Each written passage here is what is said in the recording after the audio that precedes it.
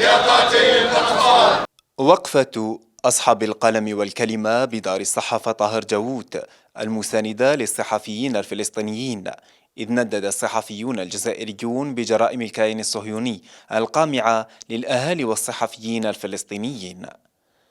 وقفة اليوم التضامنية مع فلسطين والتي تزامنت أيضا مع اليوم الوطني لحرية الصحافة وقفة رمزية تضامنية مع المظلومين، مع المضطهدين، مع المعتدى عليهم في قطاع غزة وفلسطين عامة، وأيضا صيحة ضد المستعمر، ضد العدوان الغاشم البربري الوحشي، ضد الأبرياء، ضد الأطفال، ضد العزل في قطاع غزة المحتل وفلسطين كما قلت عامة. وأيضا هي نداء للضمير العالمي الذي انحازت أغلب وسائل إعلامه خاصة منها الغربية التي طالما نادت أو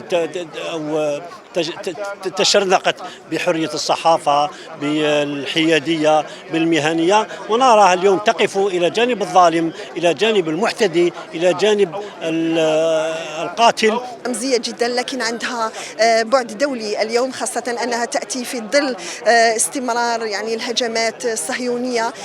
ربما هي وقفة أيضا مع إخواننا يعني زملائنا وزميلاتنا الصحفيين الذين يواجهون حرب إبادة وأيضا يواجهون حربا إعلامية لمحاولة لطمس الحقيقة. اليوم يعني تأتي هذه الوقفة تزامنا مع إرسال الجزائر لمساعدات دولية إلى إخواننا الفلسطينيين عبر طائرات عسكرية. هذا يؤكد أن الجزائر شعبا ودولة وجيشا مع الفلسطينيين ليس مجرد شعارات، ولكنها يعني أشياء ملموسة، مساعدات حقيقية، ولذلك الإعلام لا يمكن أن يكون خارج هذه الدائرة. يا صهيوني يا جبان، في غزة ستهان، في غزة ستهان. كل السبل الموصلة لصوت الصحفيين الرافضة والمستنكرة لاستهداف الفلسطينيين في قطاع غزة، وكذا تدمير المؤسسات الإعلامية جراء جرائم القمع الصهيوني المتواصل. يعني في جميع أنحاء العالم هم الأشخاص اللي بيوصلوا الحقيقة، وقطاع غزة حاليا يعني تعرض يعني الصحفيين بيتعرضوا لاعتداء كبير جدا. يعني من بداية العدوان من اليوم الأول لحتى الآن أكثر من 7 صحفيين تم استهدافهم.